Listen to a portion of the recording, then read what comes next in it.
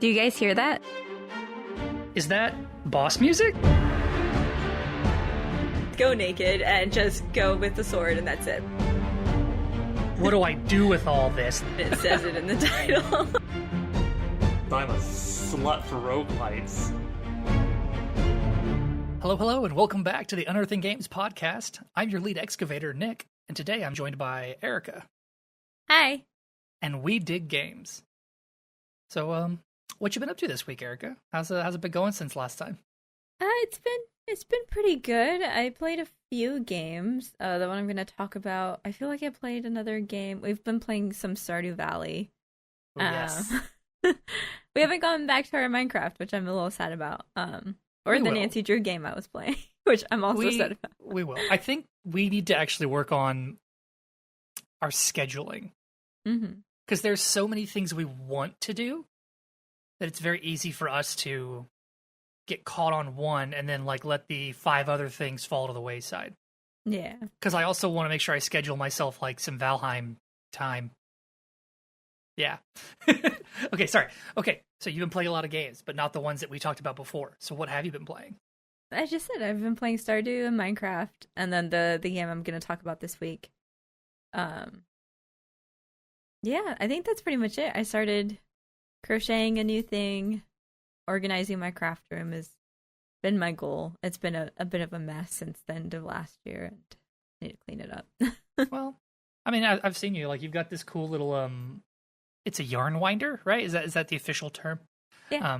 Because I know there's that other thing you have that, expands out like that weird thing from high school. That's a Swift. Yeah. A Swift, but the Swift does not wind yarn. The Swift does something else. Even though you do wrap yarn around the Swift, it's sort of different. But you got the cool yarn winder guy strapped onto the side of a little table here, and you just hook that bad boy up and get to cranking, and it makes the cool cakes, right? Yeah, cake of yarn. Mm-hmm. Yeah, all flavors of cakes. So obviously I know you've been doing all that. Other than I know we drew Jacob into Stardew Valley. That was great. Yeah. I think we've been having a great time. Granted, we did restart 3 times, right? Recently, only once, but before that, we had restarted before I had gotten my graphics card. Yeah, because we had tried to play it before, and the game would just chug for you. Well, see, if anyone knows the answer, I'm still having issues where my Stardew chugs sometimes, and I've only been playing multiplayer, but it shouldn't be chugging. I've got plenty of RAM. I've got a good graphics card. I don't understand what it is, but it seems like we were playing through and we got to the Egg Festival, and it was so slow during the Egg Festival. I couldn't move anywhere to collect eggs. And so I just stood there because it was chugging so slow, and I don't really know what's causing that. So if anyone has any answers, let me know. Please present thy Stardew troubleshooting solutions in the comments. Yeah. But part of me, I started to grin over here. I was like, is she really having technical difficulties, or is this an excuse for why Jacob beat her at the Egg Festival? No, it was chugging so bad. You came over, you saw how it was. I did see it. It was like watching a little flip book. Yeah. You know? It was really bad. Yeah. So that's a little upsetting. It did.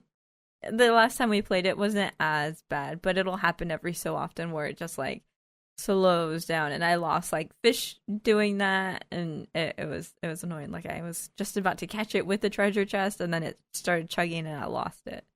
Yeah, that's the worst, because fishing is the most satisfying experience in that entire game. Yeah. So I was very sad. But yeah, so if anyone has any recommendations, I am willing to try anything at this point. But yeah, other than that, other than playing Stardew with you and Jacob, because we've done that several nights this week, into the wee hours of the night, where Jacob, being the old man that he is I'm tired, I need to go to bed, and we're both really? All right, sure. These younglings, they don't know what it is anymore. They don't make them like they used to. No. But other than that, been playing some Valheim, a little bit of that. I've been playing, I did beat Loop Hero. So I beat Loop Hero. I got all the way to the final boss. Was pretty cool. I'm not going to spoil anything. I did do the experiment we talked about last time, where I just let the hero go Yeah. I just let them walk and I didn't do anything. They only made like 5 laps before just the basic slimes killed them. Yeah. And I was like, that's kind of sad, but I guess it makes sense, like, because it's expecting you to, because like as they're killing the monsters, they're also getting loot off of them, and it's expecting you to swap out the loot. Yeah. And so if you're not doing that, it's like their like 2 damage sword is hitting a guy with like 50 health. So they'll die before they kill him. It was a cool experiment in thought. It was disappointing in actual implementation. I just wanted to know what would happen. Well, hey, I mean, that's science, right? I mean, Yeah. some people cause explosions. We have guys die in digital games. Yeah. So, other than that, I am building a bookshelf or bookshelves, right? Yeah, you're helping me, but this is my baby. I'm so excited. We've had a really crummy Walmart bookshelf that has had all of our books on it, and our upstairs spot came with like a nice closet for all of our board games, right? But we've been buying a lot of board games. Yeah. So we're kind of running out of room. And so I decided that I wanted to make a bookshelf. And so, so I'm making bookshelves. So I'm very excited about that. We're going to have all of our books and board games on them. I'm going to have pictures of this on our Instagram at Unearthing Games. So make sure you check that out. I'll have a whole, this is what the corner looked like before. Da-da-da-da, here it is after. You know, the whole magical sparkle dust wipe and all that stuff. You know, it'll be great. I'm super excited. I just put some stain on it today, so felt really good. You know me, I don't usually do craft projects. All no, right? you don't. And I've been trying, like, walking you through the process of this, and it's been fun. Nah, you're annoyed with me because I just don't know anything. Well, it's different when I'm telling you, like, oh, you just do this, and then I just sit there and I watch you, and I was like, I guess I can help. I know it's your project. But... I was like, I would like it to be known that I never said, please help me. When you were like, oh, I'm just going to chill, and I was like, all right, well, I'll go and sand the boards, or oh, I'll go and stain the wood. You know, you didn't have, like, you could have stayed napping. I was fine with you napping while I stained the wood. But like, I just feel so useless if I'm not, like, if there's a project going on, I need to help. I can't just not and just sit around and not do anything. Because I even sat out there and I just sat there watching you stay, and I was like, I can just help. That's the thing. Like, if I'm just sitting there, then yes, I'll want to help. But like, if there's something going on and like I could be playing a video game, then I'll probably go play a video game. It's how I've been in the past. Now that I've started doing this, and I'm like, wow, like. That's exactly how you've been in the past with all the projects I've done. You've just been like, oh yeah, go do your thing. Like I said, I mean, I will say that staining the wood is boring. It's not. Well, it's not that it's boring. We need to build our actual workbench, because for me, it's more of like, I don't like having to just be like hunched over on the floor, like wiping stain on these boards. Like, if we had a table or something where I could be standing at it doing the work and all that, that'd be different. Yeah, I mean, that's our next project. I'm an old man, you know, my back starts to like going out. I'm like, oh God. My lumbago, you know, all that. But so very excited about that. We should have that probably done in, I don't know. Hopefully I'll have the pictures up a couple of days after this podcast launches. Hopefully. But we'll see. Yeah, we should be done by then. We're already like 70% of the way there. Yeah, the boards are cut, sanded, stained. We just need to clear coat them, and then that's it. You just put them up. So yeah. Sanding wood is like the most satisfying thing. I don't really understand how, like, you know, you turn like this crummy, rough piece of wood into like this silky, smooth surface. It's just, it's nice. But yeah, so that's been my thing. Yeah,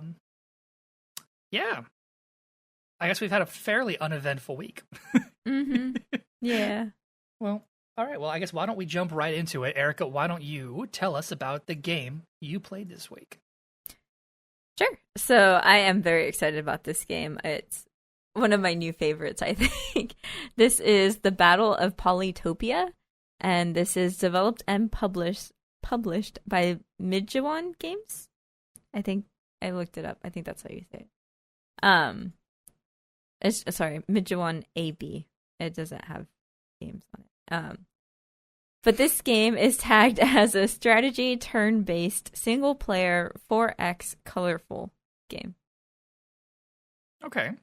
It is very colorful. It's Wait, colorful was the last one for you? Yeah. Mine says war. I mean, they're both true. Well, they are. I don't understand why Steam does this. Like, stop gender curating our tags. But it is very colorful. It's very pretty. The art style is very cute. I don't know what you would describe it as. Like, it's Polytopia, so polygon art style, I guess. Maybe is it like a low poly? I don't know what that term is. Where it's kind of got a dated sort of graphic style. Yeah, it's adorable though. It's very polished. So this game, when I played it the first time, when you first start up the game, it puts you into one of the standard goes of the game, and so the base version of this game is you get 30 turns. You pick a different tribe or people to begin with. It's all like ancient. Yeah, I think the game calls them tribes. I just saw one of the pictures on Steam has a list, and I think it says regular tribes at the top. So yeah, so you pick a different tribe, and each one starts with a different piece of tech based on just that specific tribe. There was one that started with writing. There's some that start with archery. Different things like that. But you pick a tribe and you have 30 turns to get the highest score possible. And the way you do that, it's kind of like a little Civ light type of game. So you start out and you have one military unit and you send him around the little grid to explore. And when you start, everything's covered in clouds. So you got the whole fog of war thing. And you move your little guy around and he finds new things. You can conquer little villages, and the way you expand is by the tech. So your tech tree gives you options to research different things like writing, hunting, foraging, fishing, things like that. And the more you go down these trees, the more specific you get. So if you go down gathering, you get to farming and cultivation. And if you go down fishing, you go to sailing and navigation. So you can go sailing out on the oceans and stuff. But the way you increase your city, the more food you have, your city will grow. And if your cities are connected with roads, which is down the writing tech tree, they'll also gain population based on them being connected, different things like that. And there's different buildings you can get that'll increase your population. And I think it's a really cute game. So you just go through and you're exploring this world. And when you first start, I think it puts you in a map with 2 other tribes. So you can find them and you can like wage war against them. So that's where war is a proper tag, I guess, for Steam. And you can wage war against them and take out their little units with your units and take over their little villages and stuff like that. And it's a really cute game. So the base version of this game is you get 30 turns and you're just trying to get the highest score possible. And then there's other versions or other game modes, I guess is the best way to say it, that you can play. One of them is domination. So you pick how big your maps, well, you pick how many adversaries you want to have, and then you pick your difficulty. And domination, you just go until you completely overtake the map. You wipe out all the other tribes. And I did that with the 2-tribe thing, and it lasted, because it tells you how many turns at the end as part of your scoring. I think it lasted like 49 turns so it'd be like 19 over the 30 usual turns you would get. Okay. But I love this game. I think it's really cute. It's really simple to learn. There's a lot to it. And then there's also, I know it says single player, but there's also the ability to do multiplayer in this. And we tried one game of that. But yeah, and it worked really well. And this one is even one where you can set your turn limits to be like 5 hours, I think was the longest one. And you could just, do your turn and then pass it. And you could just like text the other person, hey, I did my turn. You have 5 hours. And that person throughout the course of the day can go and log into the game, do their turn and pass it off to you.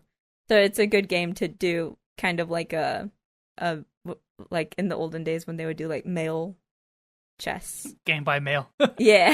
It's like, all right, I'm moving, rook, king's rook to the queen's bishop, and like you mail it off, and like 3 weeks later you get my letter saying my move. Yeah. Except it's like 5 hours. But I think that was really cool, because I know you mentioned that you and your brothers wanted to do something like that with Civ, but you guys were having trouble setting up a server and stuff like that. Yeah. But this one is really cute, and it like I said, it's like a Civ light. There's not as much detail into this, but I think it's just enough where it's a fun game and you can get a lot out of this. I've played so many rounds of this already. I keep hearing it has like this nice like chill music that goes as you play. And I keep hearing the music come on over on your side of the table, and I'm like, oh, there she goes again. Yeah, I love this game. It's cute. It is really cute. Like, honestly, I'm tempted to buy my brother's copies of this just to get, like, if we could get them to join into a bigger multiplayer game, you know? Mm-hmm. The only thing I'm worried about is I feel like Philip and Jacob would scoff at it for its simplicity. Because it is a Civ Light style game, which, I mean, like, I think if you go in expecting that, though, it's a ton of fun, you know? Like, because, I mean, Civilization has so much, probably overcomplication for how the game works, and it draws it out where the game goes way longer than it probably needs to go. Mm-hmm. I think this checks all the boxes, like, because maybe it's just me, and I don't generally play games like Civ and all that very often. Yeah. But this checks the boxes for me. Like, I really liked this. Like, and I mean... And what's really cool is that I thought the tech tree is just complex enough. Mm-hmm. Because, I mean, everything is based off of the little star currency that you get from your cities and stuff, right? And so you spend that on units, and you spend that on just everything. Yeah, you spend it to build roads, to make farms, to hunt animals, to go fishing. You have to spend stars for everything, and you get more stars by upgrading your cities or having more cities. Got to spend money to make money. Yeah. So I really liked that, and I liked that being that they all only start with one tech in a tree, and with one exception, it seems like none of them really have like an overt advantage. I inadvertently picked the one that has an advantage in our multiplayer match, to your chagrin. Yeah, so far I've played 5 of the different tribes, I think, and all of them. I think what you have to be careful of is if you do a multiplayer game, that when you're picking tribes, make sure you pick tribes that don't have the initial hunting, foraging, farming, fishing type tech trees, because those are the ones that will get you your city upgrading faster. And so that's the issue that we ran into, where you had hunting and you were just able to go out and hunt everything right away, and I had like archery, which didn't really impact anything, except I could make archers right away. But so I was still slowly progressing to try to research, all of the food production and stuff. And he already had that, so his city was able to grow a lot faster, to the point where when we met, he had like 8 super units, and I was just running around with little archers. We were building temples, we were exploring existentialism, what does it mean to be a polygon? But yeah, so I would say just be careful as far as like choosing which tribe you start with if you're playing a multiplayer, to not choose one that starts with one of the food techs, or make sure everybody picks one that starts with those. Yeah, you have to do either all or none, because like I said, it was very unbalanced when we played it. Unless you're cool with going in at a disadvantage, which I don't know who would be like, haha, I'm such a great gamer, please take a step up above me. Yeah. I guess some people are like that. But yeah, I really enjoy this game. It's so cute, very simple, and especially the 30 round base, like the original version of the game, where you play 30 rounds and you're trying to get your best score.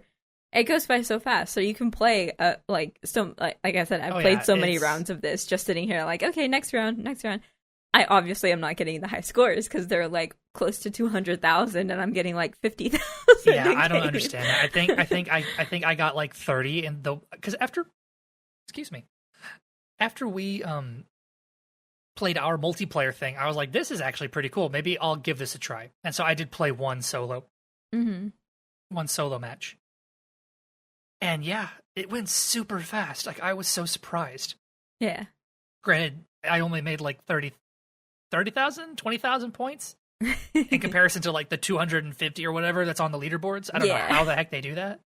Yeah. But I was still, I was happy. I won by the skin of my nose. The samurai people were waging war on me, and I was like, oh no, send in the archers, fight them off. Yeah. And so.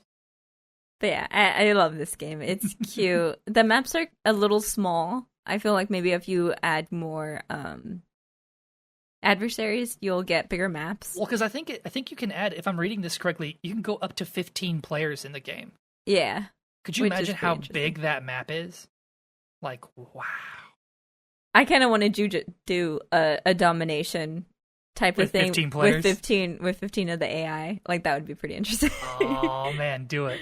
You gotta do it now. I want to know how that goes. That, to me, that map would be just insane. Huge, yeah.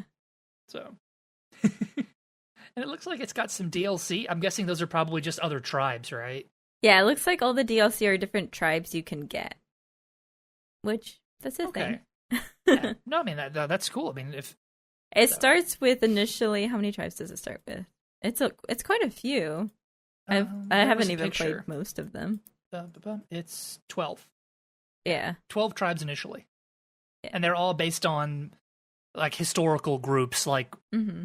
Like one of the guys, his picture is a dude wearing like a samurai helmet, and one guy is like a Roman legionnaire, and one guy's a Viking. So they're all based on like historical factions, very Civ-like. Yeah.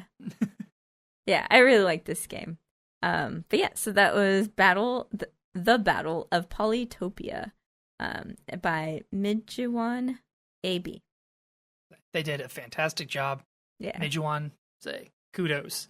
We love this game. 12 out of 10 we'll play again. I was looking at the reviews just now. One of them says that this is also available as an app game for free, a mobile app game. Yeah, I noticed that because I went to Google it so I could bring up the page so I could have some reference in front of me while you were talking about it, and the first thing that came up was like a Google App Store link for it.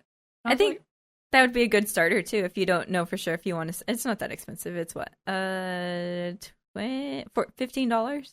15 on Steam. I bet you in the App Store it's probably somewhere between 5 and 15. Oh well, in the comments that's what I'm saying. It says that it's free. Oh. As of March 6th, someone posted that this is also on mobile for free. So if you want to see what the game is like before buying, you can do that. Oh, which awesome. I would totally encourage. Yeah, I will include a link in the field notes for the Apple Store and the Android Store, assuming it's in both. So we'll have links to those below. Try it out. It's amazing. I honestly wouldn't have thought that this was a mobile game, but now that you say it, it's like it could easily be one. Yeah. It's just simple enough. Mm-hmm. I would do more of a tablet than a cell phone, but yeah. Well, yeah, because it's imagine me squinting at my little phone, like trying to make it bigger. Like, get bigger, I can't see. Is that a super unit? I don't know. But, so, Battle of Polytopia. What a fantastic ride. That was great. I'm so happy that you stumbled upon that one. I know. I was just scrolling through our vast library of games we have, and I was going alphabetically, so this was at the top, and I was just like, oh, what is this? It looks cute. And then I just, it was amazing, so I'm very happy with this find. Yeah, it was really good. Okay, so Battle of Polytopia, that was your game. So, my game is going to be I'm going to say similar in quotes, a similar vein. Only similar in the sense that, one, it's like an island, because the whole land of Polytopia is basically like one big island. Mm-hmm. And it's like a low poly graphics sort of game, right? Yeah, when you told me you were playing this game, I was like, oh, it looks pretty similar to mine. It's a really colorful and low poly type of. But that's really the only similarity is the low poly and the vibrant colors is it. So enough fluffing it up.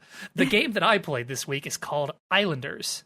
The picture for it on Steam says a minimalist city builder, and that sums it up. It's really great. So its tags on Steam are relaxing, city builder, strategy, puzzle, indie. Mm-hmm. I could see all of that. This was developed and published by Grizzly Games. So I kind of want to go and see what else they've done. Like I said, I really enjoyed this experience. This is definitely not my normal cup of tea. Mm-hmm. I'm normally playing like roguelites and some sort of action-esque type of game, Yeah. And this is really just a very relaxing, chill experience. The whole premise of this game is you are given a procedurally generated island. So it's just a random hodgepodge of like mountain and sandy beaches and some forests and stuff, and the game will give you buildings to place. Mm-hmm. And the buildings all get varying score depending upon what you place them near. So the whole point is to place your stuff in good places to get points. The more points you get, you will unlock more buildings to place. Mm-hmm. And once you do so many cycles of the place your buildings right, get points to get more buildings, you eventually get a little pop-up in your bottom right that's like, congratulations, you've unlocked a new island. And so you can either keep building on your current island, because this is a very relaxing game and it's not going to tell you what to do. Or you can go onto a new island and it basically carries on your progress. So at first I felt a little kind of like, what's the point when I first started playing it? Mm-hmm. But then the more and more I started placing things, I was like, okay, because it's got this little meter in the bottom left that's like, it has the number, right? Like you have 250 out of 500, that you need to get the next unlock. Mm-hmm. And every time you place, like when you're placing your little buildings, you go and hover around on the map and it'll tell you like, oh, if you put this house here, you get 5 points. But if you put it over here, you get 25 points. Yeah. And so I'm just hovering over the map like, all right, where can I put you? where can I make this work? And so it's really cool as far as kind of forcing you to try to think ahead, because you don't know exactly what the game is going to give you as far as additional buildings further down the line. Mm-hmm. Like you can kind of tell, because it seems like certain buildings are specific to certain islands. Like, Okay. like I did get one building called a mason, right? Mm-hmm. That it's meant for harvesting stone. And my first island didn't get it. But I could see why, because there were no real like mountains or cliffs on that island. But the second island had a ton of cliffs. Mm-hmm. And so I kept getting mason buildings to play in the second island, so I could tack them onto the cliff, and they're pulling bricks off. And it was great. Yeah. And then there was one island that had, because they're all islands, hence the name Islanders. Mm-hmm. But not all of them have an excess of sandy beaches, right? Mm-hmm. Well, one of them did, and so I got one place that was, it was like a sand pit, I think is what it was called. So they harvest sand for something. I think they make bricks out of them, right? Something. And so that island let me get sand pits. So different islands might get different buildings, but all of them will get like the same kind of base buildings. Yeah. You get like a city center, and that is kind of obviously the center of the city you're supposed to build, because you get buildings called houses and mansions that want to be closer to the city center and farther away from manufacturing type buildings. Mm-hmm. So everything will tell you when you hover over it, like, hey, this building gets you a base score of +5, and you get like an extra +2 for every house that's near it, or a -4 for every lumberjack that's nearby. Yeah. And stuff like that. So it's a really relaxed experience. Like, I think I got to like 5,000 was my score at the end. I went through like 5 islands before, because if you basically if you run out of plays before you unlock the next island, it's game over. Okay. So I made it to like island number 5, and then I started to like run out of room, and I was like, oh no, I can't put anything close enough to the city center for it to be worth a hoot. And there's already so many masons on these cliffs, because a lot of times the buildings don't want to be near to similar buildings. So it's like, this building will give you a +5, but it's -5 for every other mason it's near. Mm-hmm. And it's like, so like, where do I put you?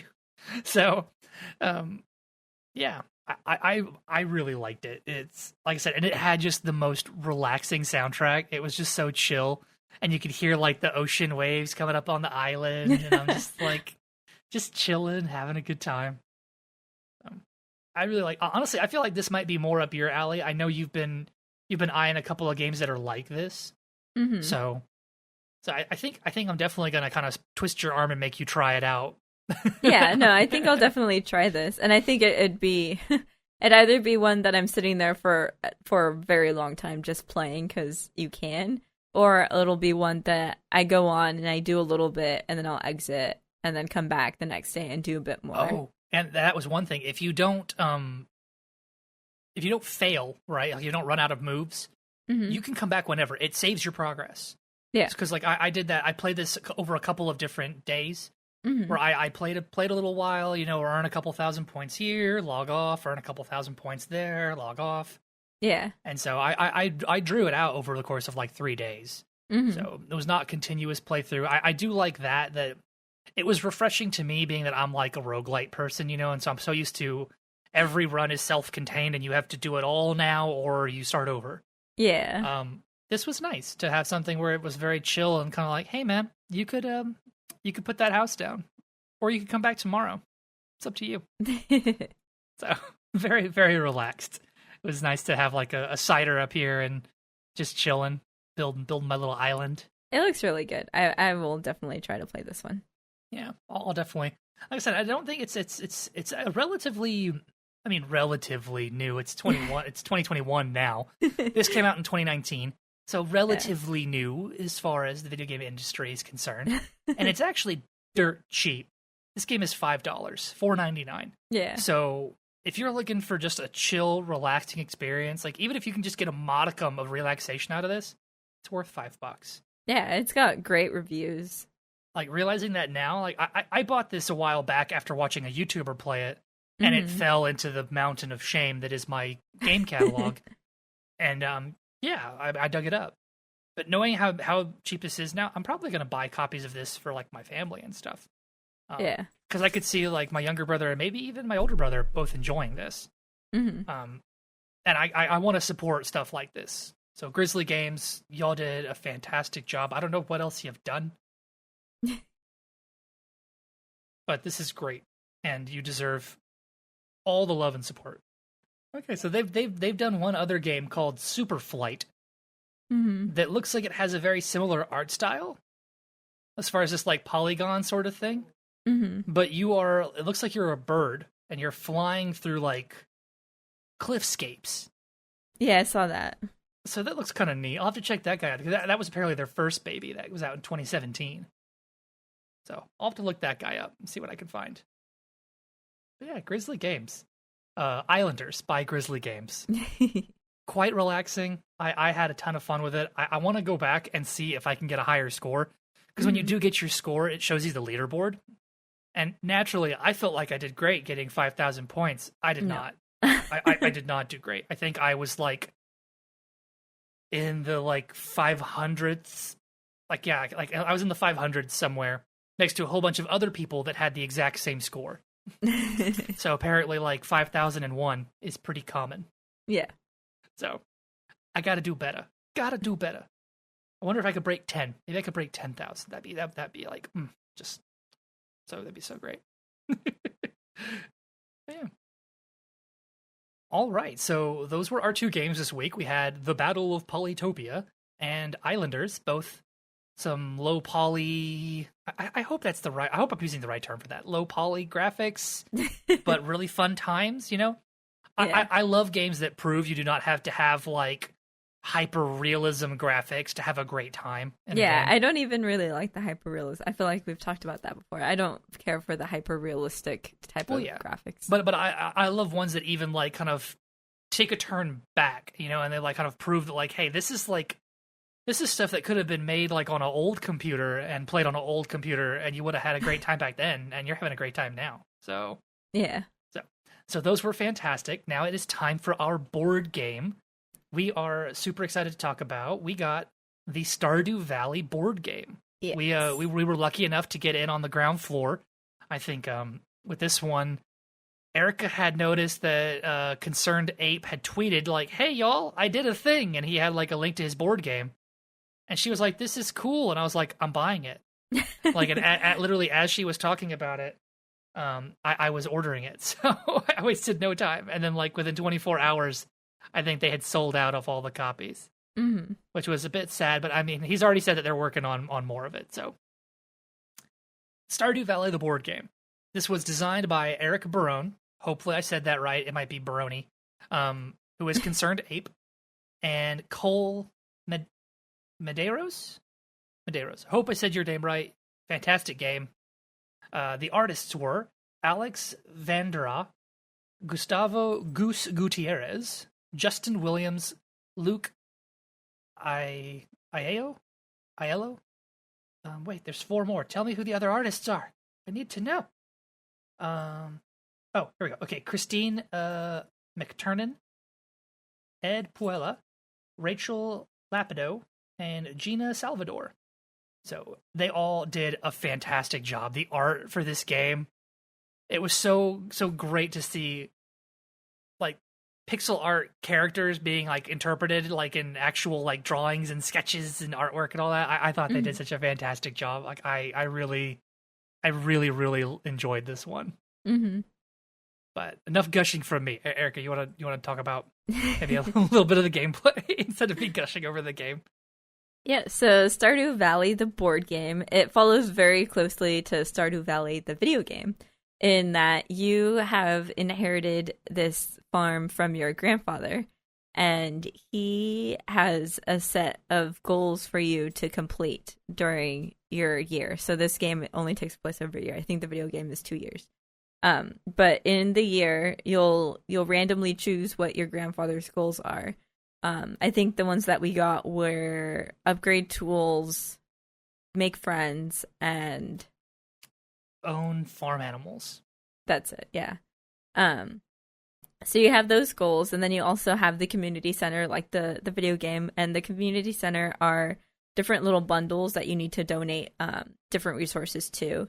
And we had one that was just money, one that was animal products. I'm trying to think about that. There's so many different bundles that you can get, and they're all random. So all of the things that you're they getting, all have little decks you draw from. Yeah. So no one game is ever going to be the same, which is good. But so during your turn, you have the option to move. So you can either perform an action. Hold on, before you get to the actions. So each turn is a day in the season. So there's a little season deck, and you start out with spring. Yes, yeah. Just like in the game. Yeah, so you start out with spring, and you randomize this deck also. You flip over the first card of spring, and it tells you either it's an event card, so it might be the egg festival and nothing really happens that day, or it could be, usually it's just a card that has different little symbols on it, and the little symbols do different things. So if it's a little cat, that means that the pet wanders, which is basically whoever has the pet is the starting player. So you move that from one person to another. There's a little gift icon, which means if you have any friends, which are the different the NPCs in the world. Yeah, I couldn't think of a name, but the different Stardew Valley people, the citizens of Stardew Valley. If you become friends with them, all of them have a little option, a little gift thing underneath on their card, underneath their name that says what they do for you if you get the gift action. There's some that could be like a Joja Cola little image, and that's actually like a bad thing. You have to put a Joja Cola tile onto the board, and those are also random, and when you flip it over, it'll tell you. So one of them was like the mountain lake, and it was like you can no longer fish at the mountain lake. Your permit is required. You have to pay 5 gold to remove this requirement or whatever. And then the other one is, you can sell items, so it's like a little sell bundle thing. I'm sure there's other ones, but those are some of the basic like actions that will show up on the day cards. Yeah. And when that happens, you perform all those actions first. So you do the gifts, you switch the animal, you do all the stuff that you need to. And then it's the planning phase. So you start, this is a 1 to 4 player game, so you're all working cooperatively towards the same goal. So during the planning phase, you guys all sit there and you discuss, okay, well, we need animals, but we don't have the coop yet, so I'm going to go to the mine to get whatever we need for that. And then I'm going to water the crops, so I'm going to stay here. Okay, well, I'm going to go fishing. So you guys all decide where you're going to go. And you each have like a little player token. And you set up the board where you're going to start. So you put your little player piece wherever you're going to start. And you can say, I'm going to start at the mine. So you put your little player pawn over at the mine. I could start at the ocean and go fishing, whatever. And then once you decide what your first action is going to be, you can either make an action, then move and take another action, or take an action and then take another action immediately where you're at. So the benefit of moving is that there are forageables on the map, just like in the video game. And when you're moving along the trails, you can pick up one of the forageables. You don't know what they are. They're all again, randomized and they're face down, so you don't see what it is. But if you walk by a forgeable on your path, you can pick it up and you get whatever it is. So that's a benefit to the movement instead of just doing action and another action. But you can also, go to the store, start at the store, buy seeds, and then move. And as soon as you buy seeds, they're already planted. So you can buy seeds and then move to your farm and then water them, and that moves them down on the track as far as harvesting. And so there's a lot of little nuances in this game, but it's very much like the video game where you're trying to do all of these tasks and balance it well enough to get the goals that your grandfather has set out and the community bundle has for you. Because if you don't meet all of those goals, you don't win. Yeah, the only way, the victory conditions are complete Grandpa's wishes and all the community center, right? That's how you win. Mm-hmm. So, I mean, like you said, just like the game, it's the whole action economy sort of thing. It's like, you've got so much, you have a lot of things to do and a limited period of time in which to do them. Yes. So, and I did think it was really neat. So, like, you were talking about how the days are determined by the cards. You draw a new card every day, right? Mm-hmm. I did like that it had a little mechanic for, depending upon the number of players you have or how experienced you are with the game, you kind of change the number of cards you include. So it has like a very base amount, like, make sure you've got 5 spring cards. Mm-hmm. But you can add more spring cards to it if you have more people or if you want to, have it take more time kind of thing. Yeah. So I also really enjoyed that all of the objectives, like you talked about how Grandpa's wishes were like, upgrade your tools and have some barn animals. Well, all of the objectives scale with the number of players you have. Yes. So if Grandpa says you got to have chickens on your farm, you got to have 4 chickens if you have 4 players. Yeah. And if the community center bundle says, hey, you got to turn in an egg, you have to turn in 4 eggs because you have 4 people. Mm-hmm. So I thought that was really cool because it's like, thinking about it, like if you had multiple players, if you didn't do something like that, more people would just make it easy. Yeah, you would be like, okay, well, I'm just going to sit here and try to collect from the chickens all day, which you kind of have to do sometimes because that action is it's dependent on literally the roll of the dice. So you get 3 dice and you're supposed to roll them. And if it lands with the chicken icon, then you can collect from the chicken. And basically it's got each of the different farm animals on them. And you have to roll them in order to collect from them. And so we tried collecting from ours, and they never gave us anything. Several times. I think we got lucky. Like at the very end, I think we drew because certain things you do in other places, like at the mines and stuff like that, or with you, if you make friends with the villagers, you can have events happen, event cards. And I think we had an event that was like all of your animals produce, and so we got that's how we got our eggs for the animal product bundle. Yes. Yeah. And then we didn't worry about them. We're like, whatever. Because you could also pet them. To make them happy. Because I think if you make them happy, that I think it increases the quality of the egg you get. Because every resource, just like in Stardew Valley, all of the like crops and items you can get all had a regular quality and a star quality. Mm-hmm. So I think you could do a thing where there were certain actions that could happen that would turn your crops. It would let you flip a crop and make it a gold star crop instead of just a regular crop. So instead of being worth 5 gold, it'd be worth 6. Mm-hmm. And so I thought that was pretty neat. Like they just did such a fantastic job capturing the essence of the Stardew Valley Stardew Valley video game in a board game. They did, even to the your backpack carrying capacity, where it's like you can only carry 6 items, and if you have any more, you have to discard something. I swear, if they somehow, because we haven't played through we haven't seen all the cards yet, because we've only played it like twice now. Yeah.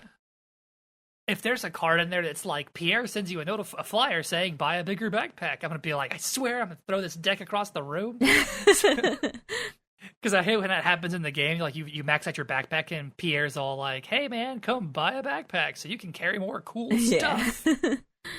So, but it was great. This is a great game. I think they did a really great job of capturing the video game in a board game format, which I'm sure is probably pretty difficult. Thinking about it, because like we said before, like this game has so many different things you can do I think they did a really great job as far as finding a way to like quantify it and narrow it down. Yeah. Apparently, there's also a way you can get married. We haven't figured that out yet. Yeah, we didn't encounter that because at all. there's a spouse token you can get. It's like how do you marry? I mean, I didn't draw the mermaid pendant icon, I know. item. And that. So that was one thing that you're saying, drawing a mermaid pendant. There was one review that I had read before we got this game that their main complaint was that the game is too random. Because everything that you do is random. So like having your animals produce is rolling dice. How far you get in the mines or what you get from the mines is rolling dice. If you're opening geodes, that's rolling dice. The fishing, you're drawing fish from a big bag of fish and trash, so that's random. The different forageables that are there, all the different objective cards, all of like everything is random. Obviously, it's a board game. There's randomization. It's gonna happen. That's kind of the nature of most games. Yeah, I think their main complaint was, I think when they played through, they had found one of their objectives was like the quality fish bundle or the legendary fish bundle. And okay. And so every time they went fishing, if you catch a fish, you replace it with a new one. They, in their course of their game, they never drew a legendary fish to put out there, which I could see happening. And that could be frustrating if you literally spend your 2 turns every day just fishing and you don't ever see a legendary fish come out to be able to donate to the bundle. That could be a bit upsetting. I could see that, but again, I'm going to say that does kind of that coincides with the nature of the game, of the nature of the video game kind of thing. Because there are some items that if you don't manage your time properly and play your cards right, I mean that like the metaphor or whatever, metaphorically play your cards right. You might not get all the items for the community center within the 2 years before, Definitely. Grandpa comes to pass judgment upon you. You might not get it. And so, like, yeah, I understand their complaint from a connoisseur of board games perspective. It's like, I get why that sucks. Yeah. But as I love Stardew Valley, and I've played many a game of Stardew Valley, I understand why it's like that. Because being like that, it's like Stardew Valley. Yeah. Like I said, they literally just took a digital game and put it on a board. Mm-hmm. Even the ugly RNG parts, So, I get it. I can understand their complaints. It does not make me love this game any less. Yeah, it's still a really good game. It does help that we won our first and only game that we've ever played at this. It doesn't hurt. We got to play it again though. I want to get Jacob out here so we can play some. Mm-hmm. I think he might get a kick out of it. Lord knows he would try to go and romance Leah or something, No, Haley. He likes Haley. He likes Haley. The photographer girl. Still. Yeah. I'm trying to think if there's anything else that we need to talk about for this game. There's a lot to talk about in this game. There's just so much. There are a lot. So many things. We'll probably have to go and make like a standalone video of this game, talking about all the different pieces of this game. But the moral of the story is, if you like Stardew Valley, odds are you will like the Stardew Valley board game. Mm-hmm. I'm going to say like that's like, granted, it's not mutually exclusive, but yeah. But I think it's I'm pretty confident in that statement. So we'll have a link to the Stardew Valley shop in the field notes. I know right now it's not available for purchase, but I think they do have like an email list you can sign up for, so you can find out when it is available for sale. Mm-hmm. I'll probably also put a link to Concerned Ape's Twitter, because that is the place to be if you want information on what is going on with Stardew Valley or the Stardew Valley board game. Or if you just want to know how Concerned Ape is. I mean, guy made a fantastic game that many people love. So. Yeah, and you're still updating it and making bug fixes and everything. And even with the board game, they've been very forward about if you have pieces that were cut horribly or missing components, like they were very open about reach out to us and we will get you replacements. So I think that's really great. Yeah, because most folks have been like, it's out, you bought it, not our problem. It's like, is it actually broken? No, we'll deal with it. Yeah. Not Concerned Ape though. No, guy's on top of it. So on top of making a great game, he's got fantastic customer service. So what's not to love? All right, so that was our board game. So it's Stardew Valley, the board game. We already talked about our video games. We had Battle for Polytopia and Islanders. Now it's time for Kickstarter Corner. So super exciting. So we talk about a Kickstarter project that each of us has backed within the past week, or that we backed previously that is coming due soon. Coming due, I mean, the Kickstarter campaign is going to be ending soon. So if you want to jump on the bandwagon and give these beautiful people your money, we'll have links to all of these projects in our field notes, as well as on our website at unearthinggames.com. So let's go ahead and jump right into the Kickstarter projects that we've backed. Erica, tell us about the one you backed this week. Yeah, so the game I backed this week is So You've Been Eaten, and this is by Ludi Creations. They currently have, so the project will be funded on March 30th, so there's still some time for that. The premise of this board game, so this one is a 1 to 2 player, so I've been mentioning that I wanted to try to find more of like the solitaire type games, solo, single player type experiences. So this is one of them. So You've Been Eaten is, the premise is you are a deep space miner and you are going out to collect 6 different gems, and the only place that these gems are found are inside this beast. So you've been eaten. You go into the beast to try to get these gems, and it's a you versus the monster game. So you can play 2 players, where one person plays the monster and one person plays the miner. But the whole premise of the game is you're trying to get the 6 gems before the monster can fully digest you. And so the way that that happens is the monster is trying to get 4 different bacteria into his digestive system to digest you. And so he needs these 4 different bacteria in order to do that. And so that's his goal. Your goal is to get the 6 gems and get out. And you've only got a limited amount of time. From what I've read through the Kickstarter pledge and everything, there is another ending to this game where you don't collect all 6 gems and the monster doesn't fully digest you. So you just come out the other end a changed person.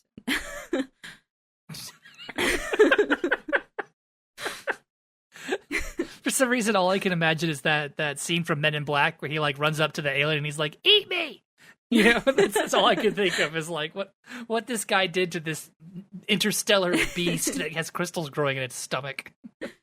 But yeah, so your whole objective is to get these 6 crystals and get out, and there's different things you can find along the way to help you. Some that have been left by other space miners that were unsuccessful in their mission and were digested. But yeah, I think this sounds like a really interesting game. It says that it's got a 0-player mode, which I was about to ask. Because like it's all like on their Kickstarter page. It says So You've Been Eaten can be played as 2 players, miner versus beast. 1 player, miner versus hibernating beast. 1 player, beast versus robot miner. Yeah. Or 0 players, where it is the hibernating beast versus the robot miner. I really want to see how that's done. Yeah. Like, how? It does say, nope, 0 players does not mean that the game will set up and play itself. And no, it probably does not count as a play if you decide not to play it. Yes, it does seem to fit the times we are now living in. However you look at it, having the 2 AIs play each other is possible and a conversation starter for the non-board game geeks wandering near your shelf. So I think that'd be interesting to see. I've never seen a self-playable game. we definitely have to try that and like just talk about like what kind of age we live in when board games can play themselves. Sounds so interesting. Yeah. But yeah, I'm really excited for this. I'm excited for us to do the 1-player and even the 2-player variants, taking turns being the monster versus the miner. And the art looks really cute. So yeah, I'm excited for this game. I backed it as soon as I saw it. Yeah, it looks really great. And this Kickstarter project comes due on. Tell me the date. Comes due on March 30th. Mm-hmm. So when this episode drops, you'll still have a little more than a week. You'll have 8 days. So jump on that bandwagon. It sounds amazing. I'm not gonna lie, and I think you can get the game for $30. Oh yeah. So my problem with Kickstarter games is that I have to back at the collector's editions, or else I feel like I'm missing out. Unless like the collector's editions don't give you too much extra. I think there's been a few that I haven't done at the highest level, but this one I did. That's neither here nor there. But something I wanted to mention is that this game right now is on Tabletop Sim and Tabletopia. Ooh, I don't know how you say it. So you can always go there and try it out before you actually go and back it if you want. Okay. Well, I'll make sure I have a link for the Tabletop Sim and Tabletopia. Yeah, I don't know. However it's pronounced. I'll have links to those in the field notes as well as in the description below the video. Mm-hmm. So we'll have those in there. You know me, I'm a sucker for like Regency and stuff. If they give you the option to try their game before you give them money, it's like these guys are literally like this is the perfect sales pitch for a board game. Yeah, like go try it out first, play around. Yeah, if play you like it in a digital buy setting. The game. And if you're just like, then don't buy it. You have it in digital. But if you love it, yeah, buy it and get the super ultra deluxe edition that comes with metal pieces. I'm a sucker for those editions. I'm sorry. No, say okay. So You've Been Eaten sounds amazing. I'm super excited about that one. So the project that I backed this week is called Pagan, Fate of Roanoke. And so this one is a 2-player deduction card game, is how it is described. It's described as a deduction card driven game. So this is set in like the colonial pilgrims, witch trials sort of era. You know what I'm talking about, with like the guys have like random belt buckles on their hats and stuff like that. It's that era. That's stereotypical. It's stereotypical. I bet you there's a card in this game that someone has that. It's on the cover art. Oh, it's on the box. The Witch Hunter. Yes. Okay, so the 2 players. One person plays as the witch, and one person plays as the witch hunter.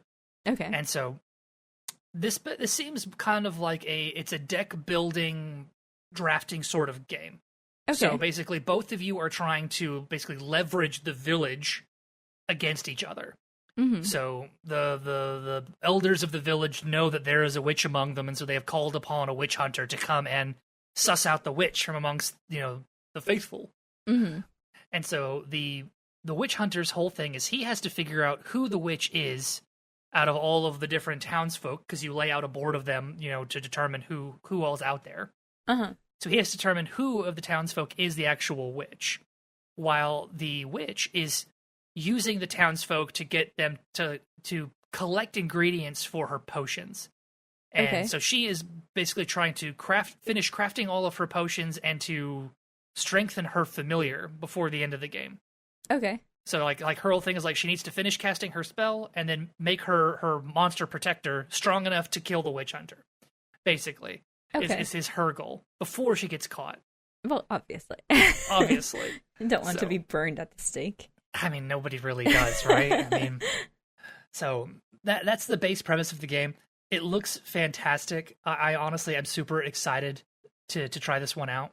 Mm-hmm. Speaking of like higher level Kickstarters, I did pledge higher into this particular one because they did say that they're working on an expansion for it. Yeah. Called Beyond the Palisade. So I pledged up to the level to get that. So I'll get that as well as any other kind of stretch goals that they're going to get. Mm-hmm. I'm super excited for this one. I love the art style. I cannot stress how much I love the art style. Mm-hmm. This reminds me very much of Darkest Dungeon. Yeah. That whole kind of dark and gritty comic book style. Oh my gosh, I forgot to mention, this is by a guy named Alexander Omer. Omer? I hope I said his name correctly. He is the CEO of Worm Gold and Digidiced. So, very, very, very, very, very excited to try his game out. So yeah, and this is I scrolled all the way towards the bottom of their Kickstarter page. This one is also on Tabletopia. Tabletopia? Oh, fantastic. So I will make sure that we have a link for that as well in the description. Now we've got to go and try these games out. Like I know we're not doing our due diligence. We're just like, this game looks amazing. Have my money. We're not even doing our homework. What kind of shoppers are we? We're either the best or the campaigns. worst. No, they did a great job selling it to me. Like, I mean, we've seen plenty of bad Kickstarter campaigns. These ones, they do such a great job of pitching it to you. Mm-hmm. So this one is also coming due on March 30th. So you will you'll have about a week after the video drops to go and support this bad boy. Mm-hmm. So super excited about that. One other project I did want to just do a quick mention of. I'm not going to do the full dive like we do for the rest of these guys. There is an expansion on Kickstarter right now for Everdell. We talked about that in one of our first episodes. It is the worker placement, animal personification, sort of Secret of NIMS style kind of thing, with the animals living in whatever. Really great game. We loved it. I actually bought the collector's edition of Everdell just like a week or two ago. Super excited about that. I love it. You build the tree on your desk. Still, they are kickstarting 2 expansions, New Leaf and Mistwood, as well as I think if you fund high enough into it, you can get like the full collection where it's the game, the expansions, and a humongous flipping box to put it all in. So that is active right now. It is active until the 25th. So that'll be, I think, towards the end of the week that this episode drops. Mm-hmm. So I would say if you really enjoyed Everdell and you can't wait to try out some of their new expansions, because I think this game actually has a ton of expansions. A lot, yeah. Yeah, if you like Everdell, check it out. I will have a link to this bad boy in the field notes as well. So yeah. Everdell, New Leaf, and Mistwood. All right, so those were our 3 projects. We had So You've Been Eaten, we had Pagan, The Fate of Roanoke, and Everdell, New Leaf, and Mistwood. Yeah, so go and check those bad boys out. If you are a fan of any of those, like I said, check out their campaigns. Check them out on Kickstarter, or on, not Kickstarter. obviously check them out on Kickstarter. Check them out on like Tabletop Sim and Tabletopia and all that jazz. So go try them out, fall in love with them, and then give them your money so that they can give you an amazing board game. So, but that is going to be it for us for this week.